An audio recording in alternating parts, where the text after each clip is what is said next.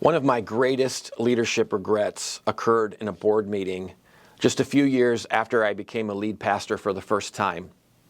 I was still learning how to lead, and our board had to make a decision about a staff member, and it was one of those meetings where emotions were running high.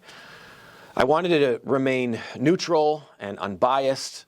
Of course, I had my opinions, but I really wanted our board to come together and make a decision. It was just a really critical point in the life of the church. And so I remember one of my board members, when he spoke up and he gave his opinion, and what happened next replays in my mind in slow motion.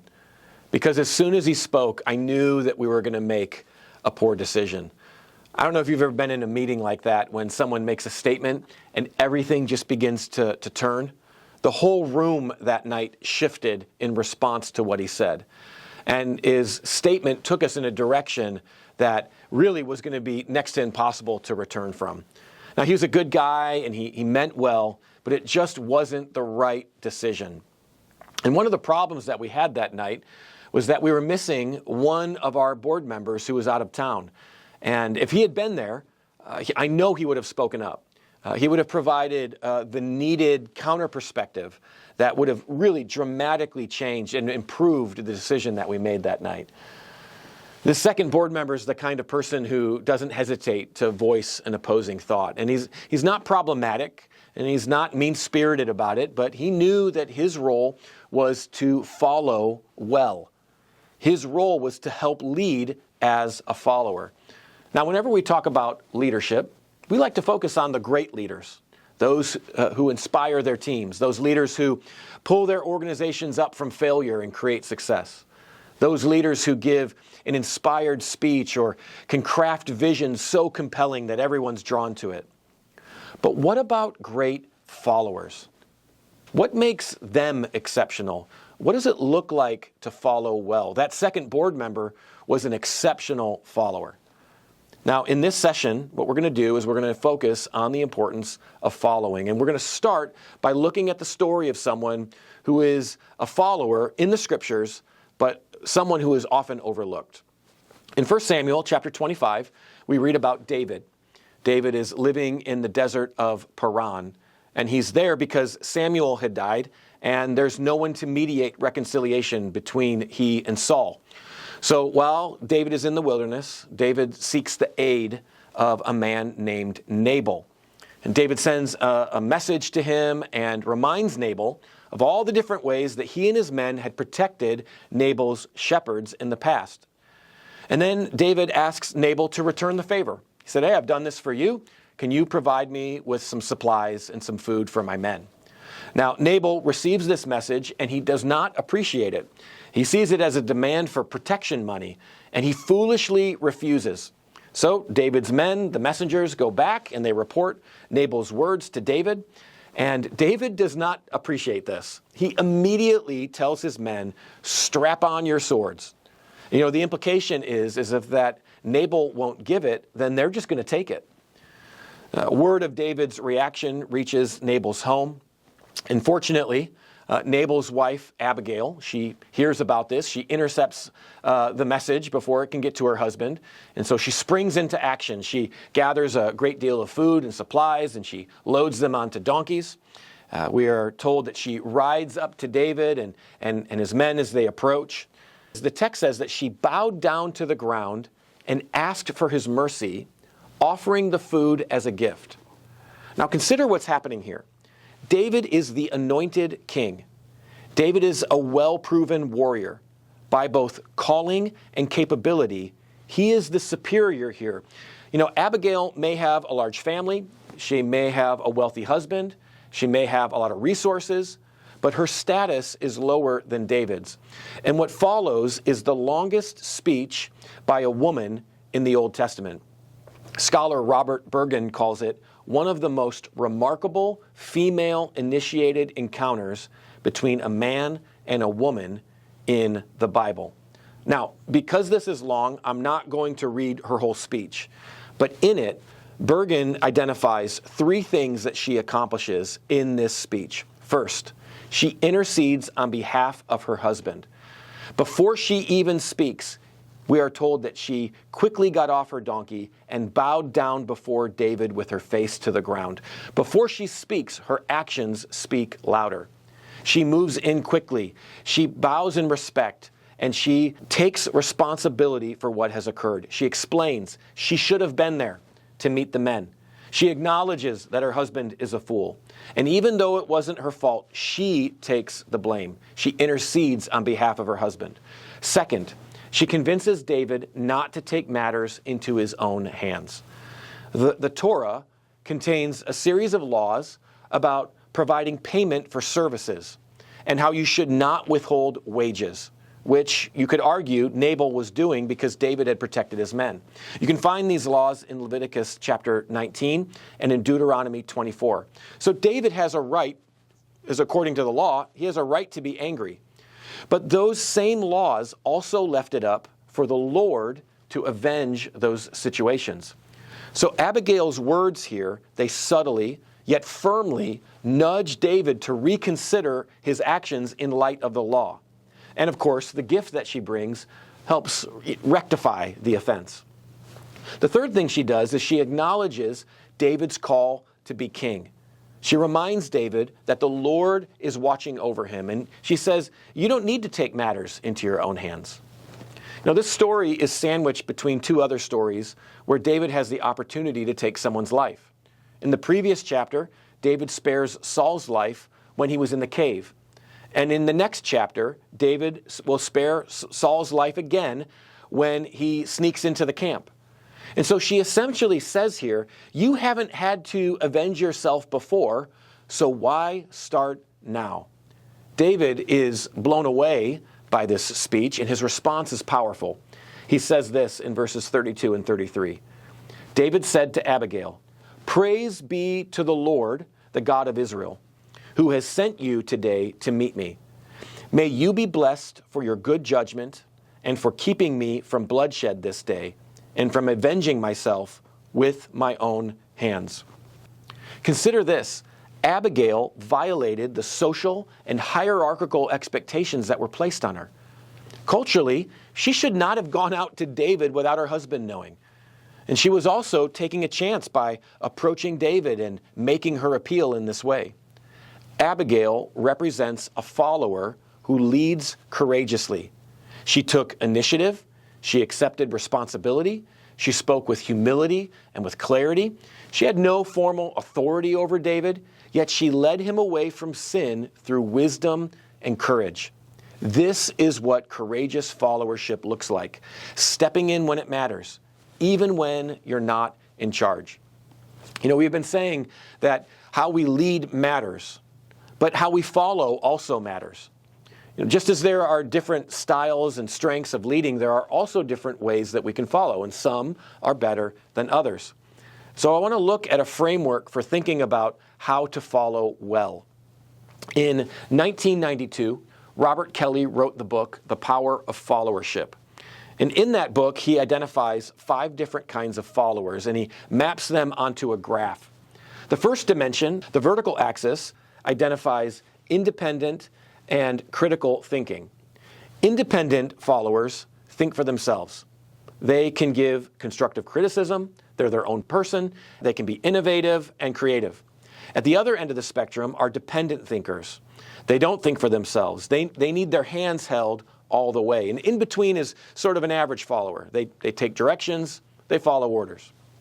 The second dimension, the horizontal axis, defines what he calls engagement.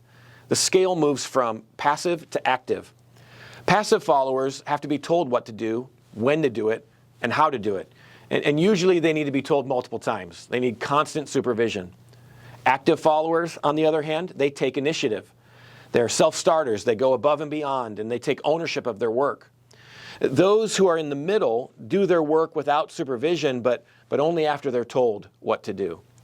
Now, in the email for this session, I included a second PDF. It's an assessment. I'd encourage you to take a few minutes to fill it out. We're going to discuss that in our Zoom call together later on. So let's take a look really quickly at these different follower types.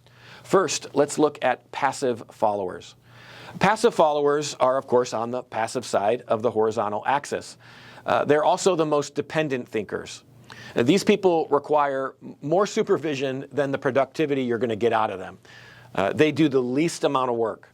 And when they do accomplish something, it often needs to be redone or it needs to be improved in some way. These people do just the bare minimum. And they need everything spelled out for them. If they run into a problem, they're not going to solve it or try to solve it or troubleshoot it. More than likely, they may not even come to you and ask for help. They'll just give up. Sometimes the problem with this individual is that they don't put in the effort. But sometimes passive followers are made or shaped.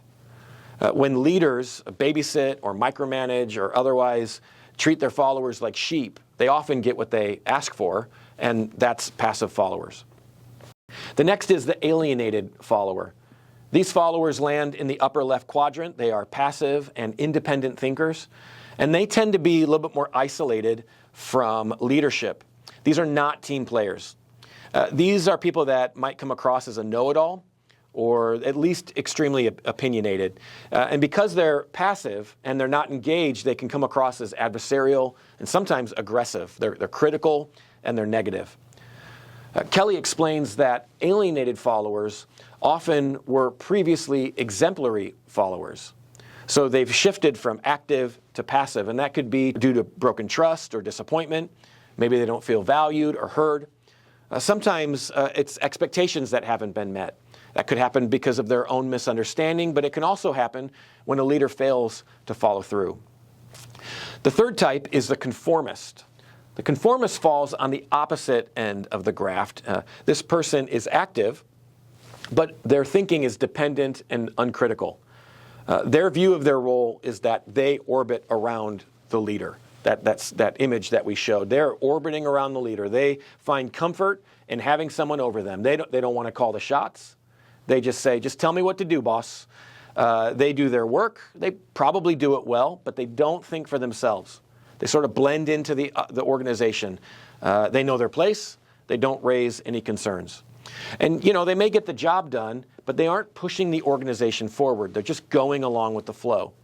And that's nice to an extent, but conformity often contributes to the status quo. So these people are great. They get stuff done, but they don't really have credibility because they don't express their own opinions, and they just kind of parrot the ideas of others. The next is the pragmatist. This kind of follower falls right in the middle of the chart, and these people like to play it safe. They know all the political forces within the organization, and they use that understanding to their advantage. They do just enough work to get noticed, but not enough to stick out. They offer enough pushback and feedback to contribute, but nothing that really moves the needle or makes an impact. The real problem with these followers is that they're more concerned with their own self-interest than with the interest of the organization. They're just playing it safe. They're hugging the middle of the road. They rarely get promoted. They rarely get fired. They just kind of hide right in the middle of the organization. Then we have exemplary followers. These followers are active and they express critical thinking. They do their work. They give feedback. These are people who take initiative. They don't just work on their task, they work on the organization, they see the bigger picture. If we were to place Abigail on this chart, she would clearly be an exemplary follower. Robert Kelly puts it this way. He says, in some ways, the seeming paradox facing followers is the flip side of the one facing leaders. Today's leaders are expected to take charge and yet transfer authority and responsibility to subordinates. How can they be in charge if followers have the power? Well, the answer is that exemplary followers give a leader their best thinking, thus complementing the leader's own strengths. By being actively engaged, these followers can increase rather than sap a leader's power. So in other words, leaders are to take charge, but also to delegate and give responsibility. But on the other hand, exemplary followers should take ownership and then give their best. See, how we follow matters. As leaders, conventional wisdom might say, look, I just want somebody who does their job. I want someone who does the things that I ask them to do. And there's a place for that. But what we really need are exceptional followers. We need people who are engaged in their work and take ownership of it. We need board members who give opposing viewpoints. We need staff members who have a different approach to ministry. We need Abigails who boldly redirect our impulsive responses. When I think back to that board meeting, the first board member who spoke up, if I were to chart him out on that followership chart, he was somewhere between an alienated follower and a pragmatist. He was definitely more of an independent thinker, but he wasn't especially engaged. He didn't speak up too much. Now, to his credit, he was deeply spiritual, and we all respected him for that. Now, the board member who was not there was an exemplary follower. He asked questions, he gave his opinion, he pushed back on ideas, but he did it in a healthy and a constructive way. And as a young leader, I didn't have language or categories for any of this. I like my board, they seemed to like me, we got along, but that night when we were faced with that critical decision, there was a vacuum of leadership. A kind of leadership that came from a follower, someone like Abigail. Now, sure, I had the title. I had the title lead pastor. I had the position, but my leadership in that moment, I missed out on the strength of one of my followers. He had a perspective that we needed. He had words that I couldn't articulate as well as he could have. Now, looking back, I see it, of course. I never should have allowed us to even entertain a decision like that without him there. And I think I've grown since that time. The point is that the church needs strong, exemplary followers. Strong leaders are important, of course, but we need capable teams of followers who lead, who have confidence to approach their leaders like Abigail did. Again, not to defy or to create confusion, but to support the mission, to encourage and to lead. So, leaders, what are you doing to foster strong followers? It's tempting to look at that followership styles chart and map out all of the different people that follow you. Well, that's where this person is, and that's where that person is, and that totally explains why they're a problem. But I want to just pause. That's helpful to a degree, but I want to challenge you, leader. Leader, where do you land on the chart? What are you doing to follow well? Now, in the email for this session, I included a second PDF. It's an assessment. I want to encourage you to take a few minutes to fill that out, and then we're going to discuss it in our upcoming Zoom call later this week. So give some thought to this. In the next session, we're going to be looking at what it looks like to follow courageously.